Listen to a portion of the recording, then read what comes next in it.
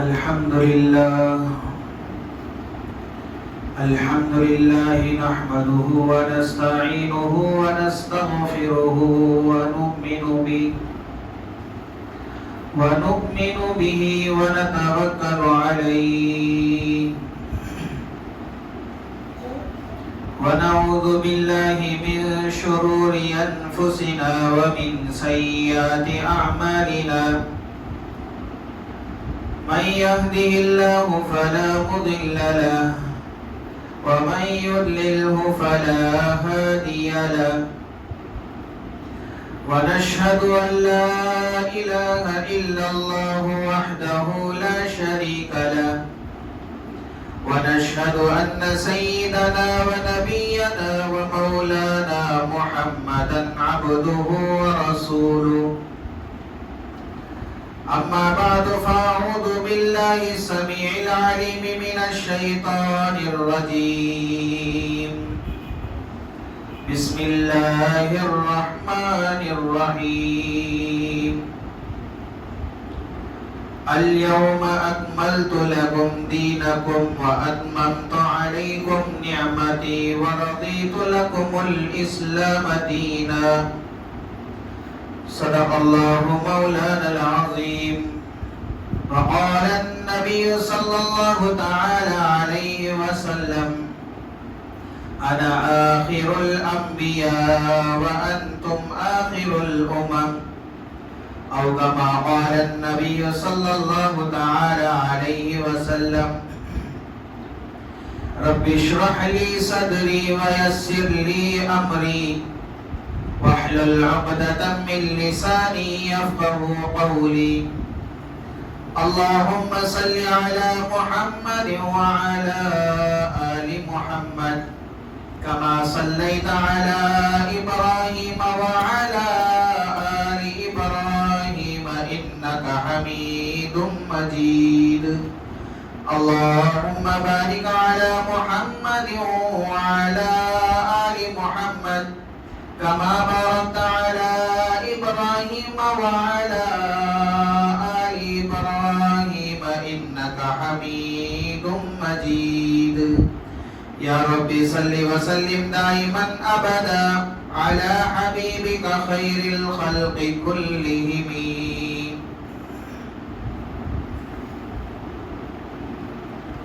معزز سامعین کرام اور میرے غیور مسلمان بھائیوں، بزرگوں اور دوستوں،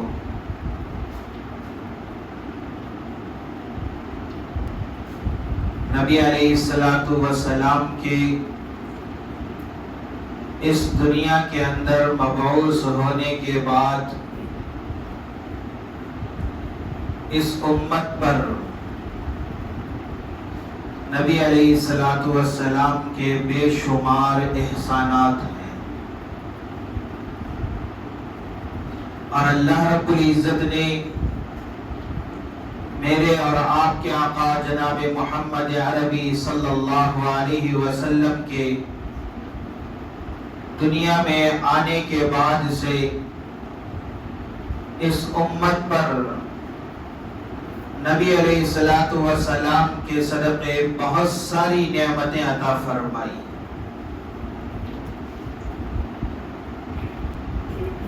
ابھی میں نے خطبے کے اندر قرآن مجید کی ایک آیت تلاوت فرمائی، جس کے اندر اللہ رب العزت نے نبی علیہ السلام کے ذریعے اس امت کو جتنی نعمتیں عطا فرمائی ہے، ان میں سے 3 نعمتوں کا ذکر فرمایا ہے۔ اور یہ آیت میرے اور آپ کے آقا جناب محمد عربی صلی اللہ علیہ وسلم حجۃ الوداع کے موقع پر عرفات کے میدان میں رب ذوالجلال نے آپ صلی اللہ علیہ وسلم کی طرف وحی نازل فرمائی اور اللہ رب العزت نے نبی علیہ الصلوۃ والسلام کے ذریعے سے امت کو ایک سبق یہ دیا اور ایک درس یہ دیا، جو دین میں نے آپ کے نبی حضرت محمد صلی اللہ علیہ وسلم کو دے کر بھیجا تھا، اس دین کو میں نے مکمل کر دیا۔ اللہ کے نبی صلی اللہ علیہ وسلم نے جب پہلے حج کی فرضیت نازل ہوئی 9 ہجری کو، تو سب سے پہلے امیر حج سیدنا حضرت ابو بکر صدیق رضی اللہ تعالی عنہ کو بنایا، ان کے ساتھ ایک قافلے کو حج کے لیے روانہ کیا۔ بعد میں حج کے احکامات نازل ہوئے تو اللہ کے نبی صلی اللہ علیہ وسلم نے حضرت علی رضی اللہ تعالی عنہ کے ذریعے سے حضرت ابو بکر صدیق رضی اللہ تعالی عنہ تک یہ پیغام بھیجا کہ یہ احکامات حج کے ہیں اور یہ مسائل حج کے ہیں، اور یہ سارے مسائل لوگوں کو بتا دے تاکہ وہ مکمل طور پر بآسانی حج کا فریضہ انجام دے سکے۔ اس کے بعد کے ساتھ میرے اور آپ کے آقا محمد عربی صلی اللہ علیہ وسلم نے حج کا ارادہ کیا۔ ظاہر سی بات ہے کہ جب کوئی اللہ والا حج کے لیے یا کسی سفر میں جاتا ہے تو اس کے ساتھ ایک قافلہ ہو جاتا ہے کہ اللہ والے ہیں، ان کی صحبت میں سفر اچھا گزرے گا، جائیں گے تو بہت فائدہ ہوگا۔ تو اس لحاظ سے جب کوئی بڑا اللہ والا سفر میں نکلتا ہے تو یہ قافلہ اس کے ساتھ ہو جاتا ہے۔ مثلا فلاں مولانا عمرے کے لیے جا رہے ہیں تو ان کے ساتھ ان کے دوست اور جو ان کی عقیدت رکھتے ہیں وہ لوگ بھی ان کے ساتھ ہو جاتے۔ تو اللہ کے نبی صلی اللہ علیہ وسلم نے حج کا ارادہ کیا تو اس وقت مدینے کے لوگ بھی تیار ہو گئے۔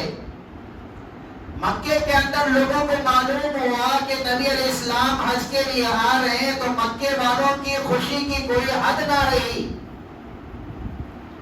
اطراف و اکناف کے اور قریے والوں کو، گاؤں والوں کو معلوم ہوا کہ نبی علیہ السلام اس سال حج کے لیے روانہ ہو رہے ہیں، تو سارے کے سارے لوگ تیاریاں کر کے حج کے لیے نکل پڑے۔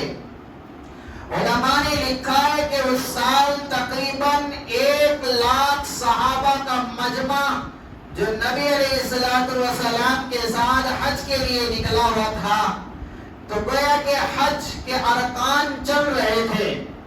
عرفات کا دن تھا، سارے کا سارا تقریباً 1,00,000 کا مجمع عرفات کے میدان میں ہے۔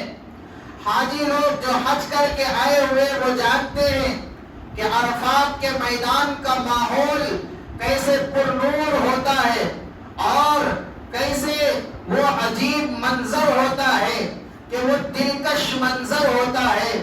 وہاں پر انسان جمع ہوتے ہیں، دعائیں کرتے ہیں، نمازیں ادا کرتی ہیں، اور امام صاحب وہاں پر 2 نمازیں اکٹھا پڑھتے ہیں۔ امام صاحب وہاں پر سارے مسلمانوں کو خطبہ دیتے ہیں۔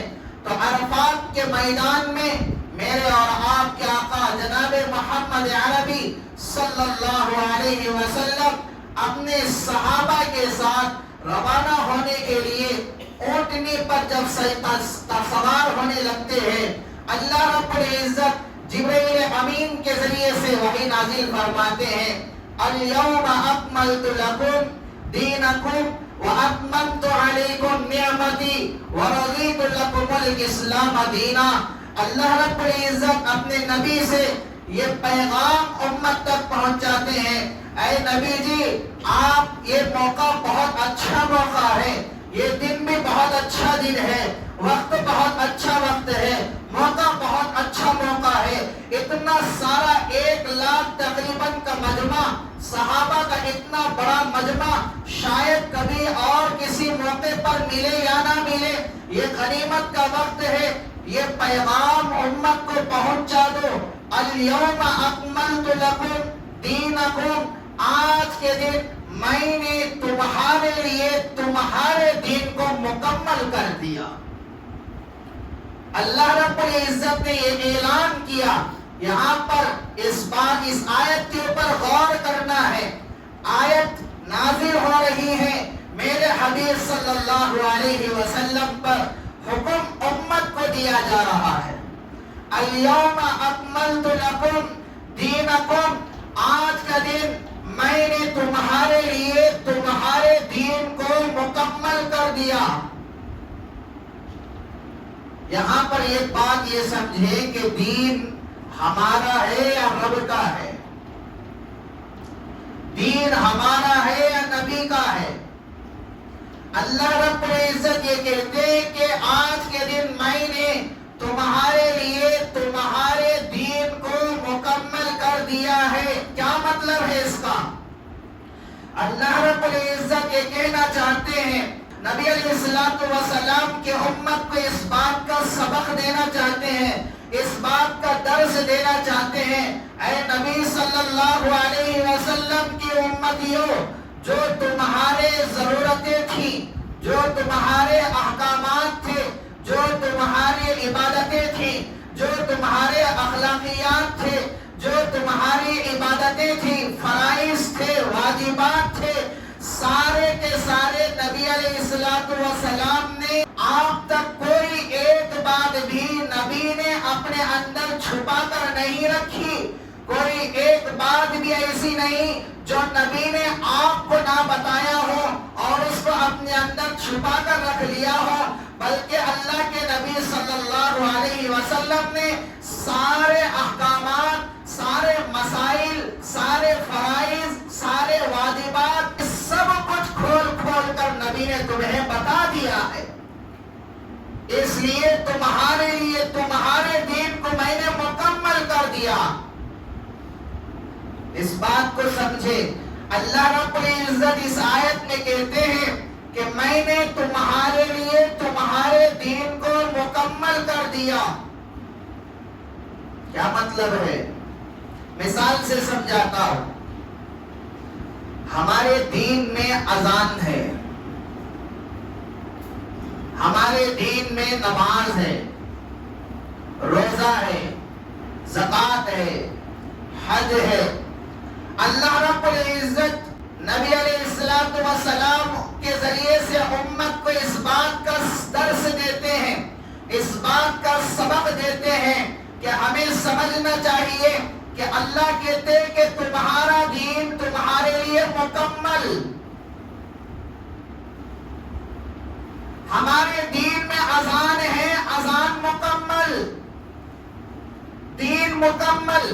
اذان میں کمی پیشی حرام، دین میں کمی پیشی، کمی زیادتی حرام. نماز مکمل، دین مکمل، نماز میں کمی زیادتی حرام. اور روزہ مکمل، دین مکمل، روزے میں کمی زیادتی حرام. زکوٰۃ کے احکام مکمل، دین مکمل، کمی زیادتی حرام. حج کے احکامات مکمل، دین مکمل، کمی زیادتی ناجائز. فرائض مکمل، دین مکمل، کمی زیادتی ناجائز. واجبات مکمل، دین مکمل، کمی زیادتی ناجائز. اللہ رب العزت نے جو دین نبی علیہ السلام کو دے کر دنیا میں بھیجا ہے، جو دین نبی نے ہمیں بتلایا ہے، اللہ کے رب العزت نے اپنے نبی صلی اللہ علیہ وسلم پر اس دین کو مکمل کر دیا ہے. اور آج کوئی اذان میں کمی یا زیادتی کرے، ہم اس کو مجرم کہتے ہیں، گنہگار ہوگا اور اس کا ایمان خطرے میں ہوگا. نماز کے اندر کمی زیادتی کرے، ایمان خطرے میں. روزے کے اندر کمی زیادتی کرے، ایمان خطرے میں.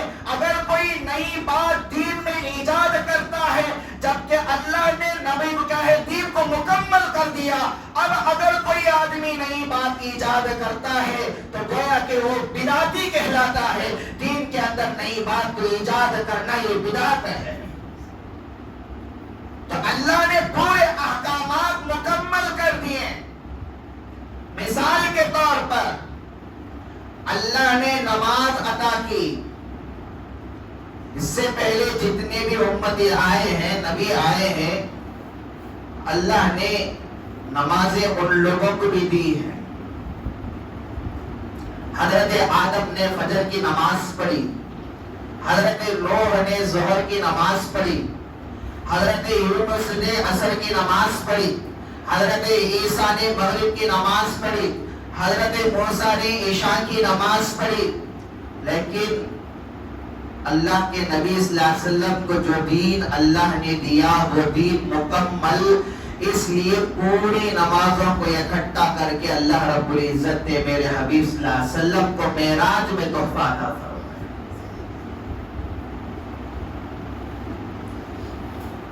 اللہ نے روزے فرض فرمائے، اس سے پہلے امتیوں کو بھی اللہ رب العزت نے روزے عطا فرمائے. یا ایھا الذین آمنوا کتب علیکم الصیام کما کتب علی الذین من قبلکم. کسی کو ایام 20 کے روزے ملے، کسی کو عاشورہ کا روزہ ملا، کسی کو کچھ ملا، کسی کو کچھ ملا، لیکن میرے حبیب صلی اللہ علیہ وسلم کی امت کی باری آئی. اللہ رب العزت قرآن میں کہتے شہر رمضان الذی انزل فیہ القرآن ھدی للناس وبینات من الھدی والفرقان فمن شہد منکم الشہر فلیصم. اللہ کے رسول صلی اللہ علیہ وسلم کو اللہ نے رمضان بھی دیا، قرآن بھی دیا، روزے بھی دیے، روزے کے مسائل بھی دیے، روزے کے احکامات بھی دیے، اس لیے کہ اللہ رب العزت نے میرے حبیب صلی اللہ علیہ وسلم پر دین کو مکمل کر دیا.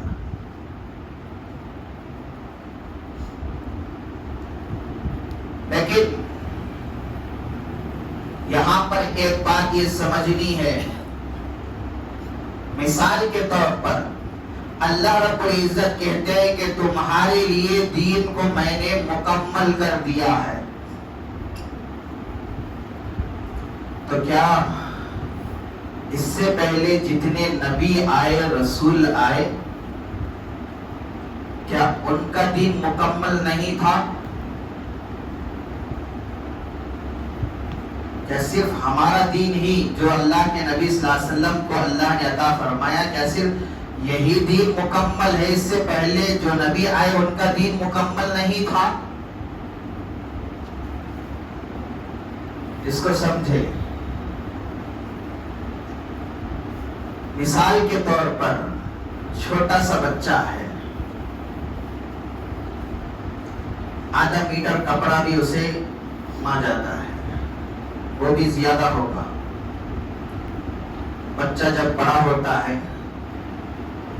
تو اس کا کپڑا بھی بڑھتا ہے، اس کا قد بھی بڑھتا ہے، اس کی روزی بھی بڑھتی جاتی ہے. جو جو وہ بڑھتا گیا اس کا قد بھی بڑھتا ہے، اس کے کپڑا بھی بڑھتا ہے، اس کی روزی بھی بڑھتی جاتی ہے. بچپن میں آدھا میٹر بھی اس کے لیے زیادہ تھا، اب 25 سال کو پہنچا، 30 سال کو پہنچا، اب اس کا قد بڑھنا ٹھہر گیا، اب وہ بڑھتا نہیں، گھٹتا بھی نہیں. اب اس کے لیے 6 میٹر یا 7 میٹر کپڑا اس کے لیے کافی ہے. اگر وہ 35 سال کا ہو جائے تو تب بھی وہی، اس کا قد بھی وہی، اس کی روزی بھی وہی. 40 سال کا ہو جائے تب بھی وہی، 50 سال کا ہو جائے، 60 سال کا ہو جائے. کیوں؟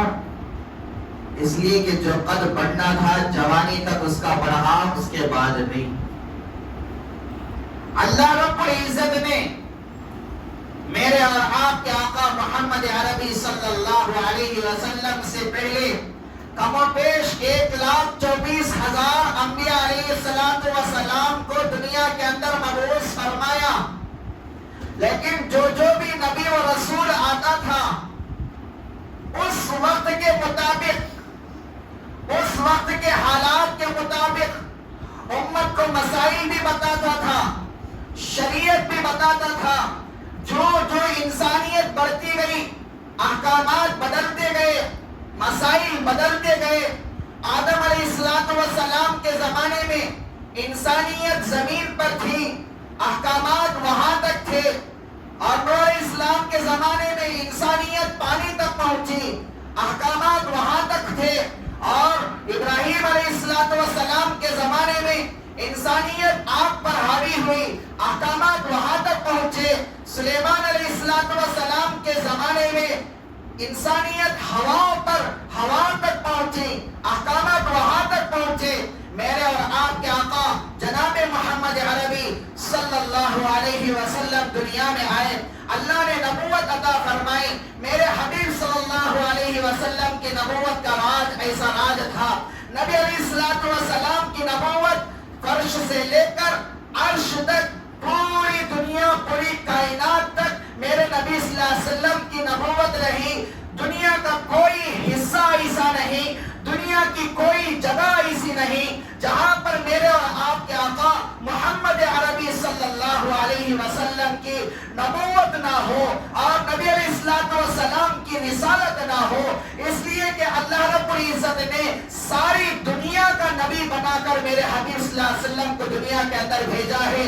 اس سے پہلے کسی نبی کو قبیلے کے لیے، کسی نبی کو محلے کے لیے، کسی نبی کو گاؤں کے لیے، کسی نبی کو شہر کے لیے، کسی نبی کو خاندان کے لیے اللہ نبی بنا کر بھیجا کرتا تھا. لیکن میرے اور آپ کے آقا جناب محمد عربی صلی اللہ علیہ وسلم کو رب ذوالجلال نے ساری کائنات کا نبی بنا کر بھیجا. اس لیے کہ یہ پیغام دیا ہے کہ اس نبی پر نبوت کا دروازہ بند ہے، رسالت کا دروازہ بند ہے. جو دین میں نے اس کو دے کر دنیا کے اندر بھیجا، نبی کو جو دین میں نے دیا ہے وہ دین بھی میں نے آج اس کے اوپر مکمل کر دیا ہے.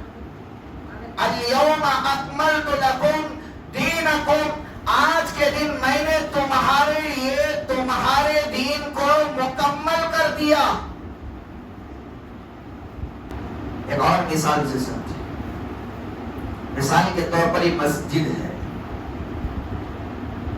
مسجد بنانے کا ارادہ ہوا، تعمیر شروع ہوئی. کہا کہ بھائی مستری کو لاؤ. کیوں بھائی؟ اس لیے کہ یہ فرش اچھا بچھاتا ہے. پھر کہا کہ بھائی دوسرے مستری کو بلاؤ. کیوں بھائی؟ یہ دیواریں اچھی بناتا ہے. پھر کہا ایک اور مستری کو بلاؤ. کیوں بھائی؟ یہ چھت اچھا بناتا ہے. کسی سے کہا کہ بھائی ایک اور مستری کو بلاؤ. کیوں بھائی؟ اس نے کہ یہ پینٹ اچھا مارتا ہے. اب یہ مستری بدلتے گئے کس کی تکمیل کے لیے؟ مسجد کو مکمل کرنے کے لیے. ایک وقت آیا، کسی نے پوچھا کہ بھائی فلاں مستری تھا وہ نظر نہیں آ رہا ہے، کہاں چلا گیا؟ کیا کہیں گے؟ اس کا کام تھا وہ کر لیا، وہ کام ختم ہو گیا، وہ چلا گیا، اس کی ضرورت نہیں.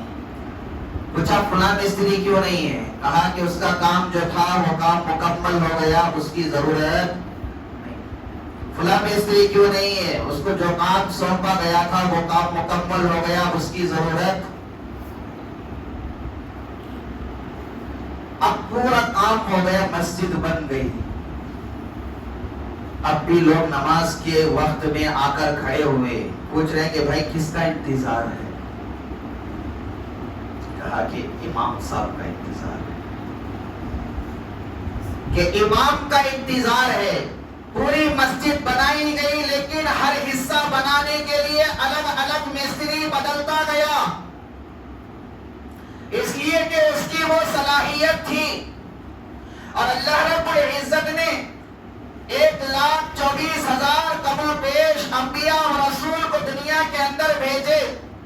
رب ذوالجلال نے ایک ایک نبی کو ان کا کام دیا اور وہ نبی وہ کام کر کے دنیا سے چلے گئے. نبی چلے گئے، ان کا دین بھی ختم ہو گیا. میرے اور آپ کے آقا جناب محمد عربی صلی اللہ علیہ وسلم دنیا کے اندر سب سے آخر میں تشریف لائے اور اللہ رب العزت نے یہ دین اللہ کے نبی صلی اللہ علیہ وسلم کو عطا کیا اور کہا کہ نبوت کا دروازہ بند ہو چکا ہے. اور آپ کے بعد کوئی نیا نبی آنے والا نہیں ہے اور اس کی ضرورت بھی نہیں ہے، اس لیے کہ نبیوں کی ضرورت جتنی تھی وہ مکمل ہو گئی، لیکن آپ کو آخر میں اس لیے بھیجا کہ اصل مقصد آپ کا آنا تھا۔ آپ کے آنے کے لیے سارے انبیاء آتے رہے اور رسول آتے رہے، جب آپ کی آمد ہو گئی سارے کے سارے چلے گئے، اب آخر میں آپ کی باری ہے، آپ کے اوپر نبوت ختم، رسالت ختم، جو شریعت آپ کو عطا کی وہ آخری شریعت ہے، جو کتاب آپ کو عطا کی وہ کتاب بھی آخری کتاب ہے، اور اس نبوت آپ کے بعد کوئی نبی نہیں، آپ کی کتاب کے بعد کوئی کتاب نہیں، آپ کی شریعت کے بعد کوئی شریعت نہیں، آپ کے دین کے بعد کوئی دین نہیں، آپ کے اسلام کے بعد کوئی اسلام نہیں ہے۔ اس لیے کہ عرفات کے میدان میں رب ذوالجلال نے اپنے حبیب صلی اللہ علیہ وسلم پر اس آیت کو اتار کر یہ بتا دیا، الیوم اکملت لکم دینکم، اے نبی صلی اللہ علیہ وسلم، آج کے دن میں نے تمہارے لیے تمہارے دین کو مکمل کر دیا ہے۔ اگر کوئی انسان دنیا کے اندر دین کے اندر نئی بات ایجاد کرتا ہے تو وہ بدعتی کہلاتا ہے۔ مثال کے طور پر اسلام میں 2 عیدیں ہیں۔ اسلام میں کتنے عیدیں ہیں؟ 2 عیدیں۔ نمبر 1 عید الفطر، نمبر 2 عید الاضحیٰ۔ ان دونوں عیدوں کے علاوہ کوئی عید نہیں ہے، لیکن یہاں پر سمجھنے والی بات یہ ہے کہ یہ عید جو رمضان اور بقرعید کی ہے یہ میں نے بنائی ہے یا آپ نے بنائی ہے یا کسی مولوی مفتی نے بنائی ہے؟ یہ عید اللہ کی طرف سے۔ کس کی طرف سے؟ اللہ کی طرف سے۔ جو عید اللہ دیتے ہیں اس کے احکامات بھی وہی دیتے ہیں، اس کے مسائل بھی وہی دیتے ہیں۔ مثال کے طور پر عید اللہ نے دی، اس کے احکامات بھی اللہ نے دیے، اس کے مسائل بھی اللہ نے بتلائے، اور یہ حکم دیا کہ رمضان کے موقع پر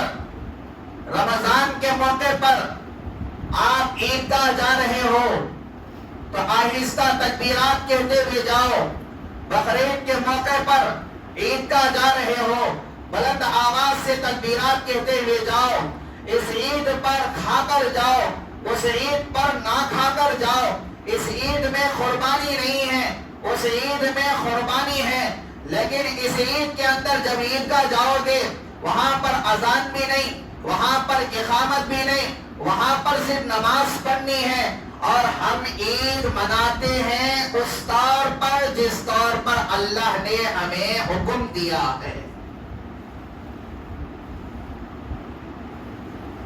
یہاں پر ایک اور بات سمجھیں، عید کے معنی آتے ہیں خوشی کے۔ عید کے معنی کیا ہے؟ خوشی کے۔ اب اللہ نے عید منائی ہے، عید اللہ نے دی ہے، عید ہماری طرف سے نہیں۔ اگر عید ہماری اپنی طرف سے ہوتی تو ہم عید کے دن خوشیاں نہیں بلکہ ماتم کرتے، غم مناتے، روتے رہتے۔ کیوں بھائی؟ اس لیے کہ رمضان جیسا بابرکت مہینہ جس کے اندر قرآن کی تلاوت کا موقع ملا، روزے رکھنے کا موقع ملا، رات کی نوافل کا موقع ملا، تسبیحات کا موقع ملا، ذکر اذکار کا موقع ملا، دعاؤں کا موقع ملا، پورا مہینہ عبادتوں کے ساتھ ہم نے گزارا۔ آپ ان بوڑھے لوگوں سے پوچھیں جن کی عمر اختتام پر پہنچی ہوئی ہے، جن کے سر کے بال اور داڑھی کے بال سفید ہو گئے ہیں، آپ کو یہ مہینہ کیسے لگا؟ وہ رو کر کہیں گے کہ بھائی بہت اچھا مہینہ تھا، لیکن اب ہاتھوں سے جا پتہ نہیں آئندہ یہ مہینہ ملے گا یا نہیں ملے گا، یہ روزے آئندہ ملیں گے یا نہیں ملیں گے، یہ تلاوت کا موقع آئندہ ملے گا یا نہیں ملے گا، یہ عبادات کا موقع آئندہ ملے گا یا نہیں ملے گا۔ اتنا قیمتی وقت ہمارے ہاتھوں سے، پورے ایک مہینے کا وقت ہمارے ہاتھوں سے گزرا ہے، اب عید کا موقع ہے، یہ سارا اچھا موقع، اچھا ماحول اور اتنا اچھا طریقہ جب ہمارے ہاتھوں سے چھوٹ رہا ہو، کیا خوش ہم ہوں گے یا غم منائیں گے؟ ظاہر سی بات ہے کہ اگر عید ہم اپنی طرف سے منا رہے ہوتے تو کبھی ہمیں خوشی نہیں ہوتی، غم منا رہے ہوتے، اس لیے کہ عید اللہ کی طرف سے ہے۔ اللہ نے کہا خوشی مناؤ، اللہ کا حکم ہے اور ہم بھی خوشی مناتے ہیں۔ بچہ ہے اس کے لیے بھی عید ہے، جوان ہے اس کے لیے بھی عید ہے، مرد ہے اس کے لیے بھی عید ہے، عورت ہے اس کے لیے بھی عید ہے، بوڑھا ہے اس کے لیے بھی عید ہے، صحت مند ہے اس کے لیے بھی عید ہے، بیمار ہے اس کے لیے بھی عید ہے، گھر کے اندر ہے اس کے لیے بھی عید ہے، سفر میں ہے اس کے لیے بھی عید ہے۔ لیکن اگر کوئی گھر کے اندر انتقال ہو جائے، گھر کے اندر میت آ جائے، ان لوگوں کو بھی حکم دیا گیا آپ کے لیے بھی عید ہے۔ عیدگاہ کے موقع پر، عید کے موقع پر عیدگاہ کے اندر جنازہ آ گیا، علماء سے آپ پوچھیں تو علماء نے بتایا، علماء آپ کو بتائیں گے کہ بھائی بہتر یہ ہے عید کی نماز ہم پڑھ لیں، بعد میں جنازہ پڑھ لیں، اس لیے کہ اس میت کی بھی عید ہو جائے۔ یہاں پر ہر حال میں ہم عید مناتے ہیں، اس لیے کہ عید ہماری طرف سے نہیں ہے، عید اللہ کی طرف سے ہے، اور ہم عید اس انداز سے مناتے ہیں جس طریقے کو اللہ نے ہمیں بتایا ہے۔ جو مسائل، جو احکامات، جو فرائض، جو واجبات، جو طریقے نبی علیہ السلام کے ذریعے سے اللہ نے ہمیں بتایا ہے اور ہمیں جس بات کا حکم دیا اسی طریقے سے ہم عید مناتے ہیں۔ لیکن یہاں پر ایک اور بات سمجھے کہ عید ہماری طرف سے نہیں، اللہ کی طرف سے ہے۔ احکامات بھی اللہ کی طرف سے، مسائل بھی اللہ کی طرف سے، طریقہ بھی اللہ نے بتایا، اسی طریقے کے مطابق، انہی احکامات کے مطابق، انہی مسائل کے مطابق ہم عید مناتے ہیں۔ لیکن یہاں پر ایک بات سمجھیں کہ سنت، طریقہ نبی علیہ السلام کا جو ہے اس پر ہم فالو۔ پوری دنیا میں سنت ایک جیسی، پوری دنیا میں سنت ایک جیسی اور رسم ہر جگہ اپنی اپنی۔ جو عید ہم مناتے ہیں ہم اپنی طرف سے رائج کرتے ہیں، ہم اپنی طرف سے ایجاد کرتے ہیں، اس کے احکامات بھی ہم بناتے ہیں، اس کے مسائل بھی ہم بناتے ہیں، اس کا طریقہ بھی ہم بناتے ہیں۔ جو اللہ کی طرف سے ہے احکامات بھی اللہ کی طرف سے، جو اپنی طرف سے ہے احکامات بھی اپنی طرف سے بناتے ہیں۔ راجب پیٹ میں عید مناتے اس کا طریقہ الگ، کڑپے میں منا رہے اس کا طریقہ الگ، تروپتی میں منا رہے اس کا طریقہ الگ۔ آپ دیکھیں مثال کے طور پر ربیع الاول کا مہینہ ہے، 12 ربیع الاول کو میلاد النبی کے نام پر عید منائی لوگوں نے۔ یہ عید اللہ کی طرف سے اپنی طرف سے، طریقہ ہر جگہ ایک جیسا یا الگ الگ۔ رمضان کی عید اپنی طرف سے یا اللہ کی طرف سے، طریقہ ہر جگہ الگ الگ یا ایک جیسا۔